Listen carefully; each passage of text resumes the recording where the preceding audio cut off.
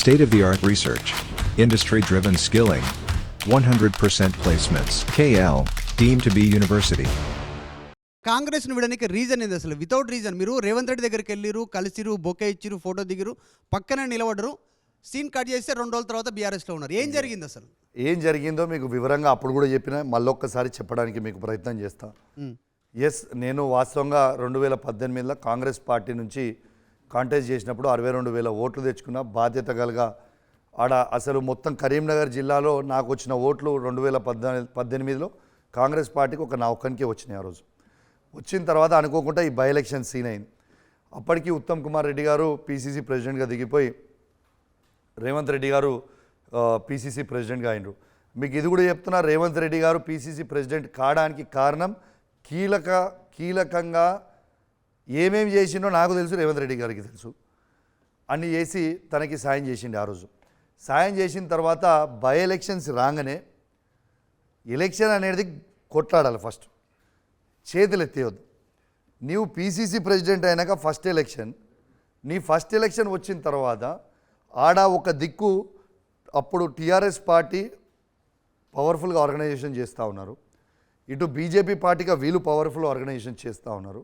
అది ఇద్దరు వ్యక్తుల మధ్యలో కాదు, 2 వ్యవస్థల మధ్యలో కొట్లాట అవుతుంది. నేను సింగిల్గా ఉన్నాను. నేను అందరినీ ఇన్ఛార్జ్లాగా వేయండి, మనం కష్టపడి కొట్లాడదాం. ఇన్ఛార్జ్లో మీరు అప్పుడు చూడండి, కష్టపడి కొట్లాడదాం, మనం 100% గెలుస్తున్నాం. ఎందుకంటే వాళ్ళిద్దరు టీఆర్ఎస్ క్యాండిడేట్లు కొట్లాడుకుంటే డెఫినెట్గా మన ఓట్లు మనం తెచ్చుకుంటే మనం గెలుస్తున్నామని ఆ రోజు నేను రేవంత్ రెడ్డి గారికి చెప్తే, రేవంత్ రెడ్డి గారు కాంగ్రెస్ పార్టీ ప్రెసిడెంట్గా ఉండి ఒక ప్రముఖ ఛానల్లో ఇంటర్వ్యూ తీయండి మీరు.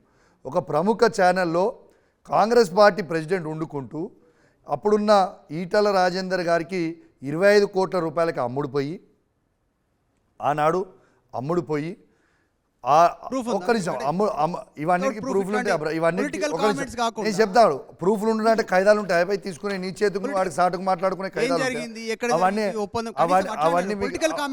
అవన్నీ కాదు. ఇది అయింది చెప్తున్నాను నీకు. మొత్తం మీరు తీసుకొని అమ్ముడు పోయి సమ్ XYZ ఫిగర్ తీసుకొని అమ్ముడు పోయిన తర్వాత ఇలా నువ్వు కాంగ్రెస్ పార్టీ ప్రెసిడెంట్గా వండుకుంటూ ఒక ప్రముఖ ఛానల్లో మీరు ఇంటర్వ్యూ ఇచ్చుకుంటూ బీజేపీ అభ్యర్థి గెలుస్తారని చెప్పొచ్చా అండి? ఇది అమ్ముడు పోయినట్టు కాదా? దీనికంటే పెద్ద ఎవిడెన్స్ ఇంకేమైనా కావాలన్నా? అదే విధంగా నేను ఆ రోజు ఒక్క నిమిషం అది నేను ఆ రోజు నేను చెప్తే జనాలు నమ్మలే. మొన్న ఈటల రాజేందర్ గారు ఏం చెప్పారు రేవంత్ రెడ్డి గురించి? 25 కోట్ల రూపాయలు తీసుకున్నావు అని చెప్పిండా? దేనికోసం చెప్పిండు? అప్పుడు ఆయన ఇచ్చినవి గుర్తున్నాయి కాబట్టి ఆ రోజు మళ్ళీ గదే చెప్పిండు. ఈయన పోయి ఒక డ్రామా చేసి అక్కడ పోయి ఏడ్చిండు కదా, అదంతా ఒక డ్రామా. ఎప్పుడైనా నిజం బయటకు వస్తుందని చెప్పినట్టు ఈటల రాజేందర్ నోటనే రేవంత్ రెడ్డి గారు 25 కోట్ల రూపాయలకు అమ్ముడు వేయని చెప్పిండు. ఎగ్జాక్ట్ ఫిగర్ నేను ఏదైతే 2 సంవత్సరాల క్రితం చెప్పిండో అదే అమౌంట్ ఫిగర్తోని ఈటల రాజేందర్ గారి నోటుతోనే చెప్పిండు. అదే పెద్ద ప్రూఫ్. ఇంకేం ప్రూఫ్ కావాలి నీకు? దానికంటే ఆరోపణ చేస్తున్నటువంటి రేవంత్ రెడ్డి ఇదే ఆర్టీవీకి వచ్చిండు, ఇదే అన్సెన్సార్డ్ షోలో పాల్గొన్నాడు. ఈటల రాజేందర్ రేవంత్ రెడ్డి ఒక మాట అన్నారు. రేవంత్ రెడ్డికి స్టేట్లో ఒక స్టేచర్ ఉంది, ఒక ఫోన్ కొడితే రాత్రికి రాత్రి 100 కోట్లు అరేంజ్ చేసే ఫ్రెండ్స్ నా దగ్గర లేకపోవచ్చు పైసలు, ఫోన్ కొడితే 100 కోట్లు అరేంజ్ అయితే అన్నాడు. నిజంగా ఈ 25 కోట్లకు అమ్ముడుపోయే వ్యక్తిన అంత చీపా నేను? అరే నేను చెప్పేటోని కాదు, ఇది నేనన్నది కాదు, నేను ఒక్కరిని అన్నది కాదు, ఇది ఈటల రాజేందర్ గారి నోటుతోనే అన్న ముచ్చట కదా, నేనన్నది కాదు కదా.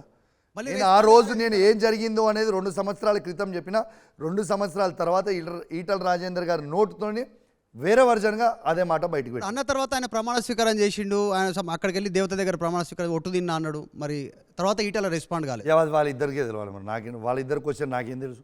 ఇంకొకటి వాళ్ళిద్దరు తెలియాలి. మీరు ఇంత హార్డ్ కోర్ అంటున్నారు, కేసీఆర్ కోసం ప్రాణం పోయేంత వరకు ఇక్కడే బీఆర్ఎస్లోనే వాళ్ళ కుటుంబ సభ్యులతోనే ఉంటా అంటారు, బీఆర్ఎస్ తోటి ఉంటారు అంటారు. ఒక మాట, మీరు నిజంగా అట్లనే ఉండాలనుకుంటే రేవంత్ రెడ్డి పీసీసీ చీఫ్ కావడానికి కొన్ని జరిగినాయి నాకు తెలుసు అన్నారు. ఏం జరిగింది చెప్పే ధైర్యం ఉందా? చెప్పిన కదా అన్నీ, ఇప్పుడు చెప్పండి. ఇవన్నీ నేను చెప్పాల్సిన అవసరం లేదు. ఆ పాత అయిన దాని గురించి నేను ఇప్పుడు ఆయన కాంగ్రెస్ పార్టీ కాదు, అది ఏమైనా చేసుకొని ఆయనది ఏమైనా కానీ ఆయనది అయిపోయాను. కానీ బాగా చెప్తూనే బీఆర్ఎస్ పార్టీ కార్యకర్తని, బీఆర్ఎస్ పార్టీ రక్తమున్న కార్యకర్తని బరాబర్ కేసీఆర్ గారితో ఉంటాం. కేసీఆర్ గారు మళ్ళీ ముఖ్యమంత్రి అయ్యే వరకు కేసీఆర్ గారితో బరాబర్ కొట్లాడుకుంటాం. మళ్ళీ కేసీఆర్ గారిని మళ్ళీ మీరు ఏం సహాయం చేసినప్పుడు ఆయన పీసీసీ ప్రెసిడెంట్? అరే ఎన్నో చేసినాం, ఇవన్నీ ఇప్పుడు ఆన్ రికార్డ్ చెప్పలేము. ఇప్పుడు కౌశిక్ రెడ్డి గారు, ఇప్పుడు బీఆర్ఎస్ కాస్త మళ్ళీ టీఆర్ఎస్ అవుతుంది అంటున్నారు, నిజమేనా? నాకు తెలియదు బ్రదర్, అది చర్చ ఉందా? I have no idea about it, I have no clue about it. మరిన్ని వీడియోస్ కోసం ఛానల్ ని సబ్స్క్రైబ్ చేయండి, లేటెస్ట్ అప్డేట్స్ కోసం వాట్సాప్ ఛానల్ ని ఫాలో చేయండి అండ్ లింక్ డిస్క్రిప్షన్ లో ఉంది.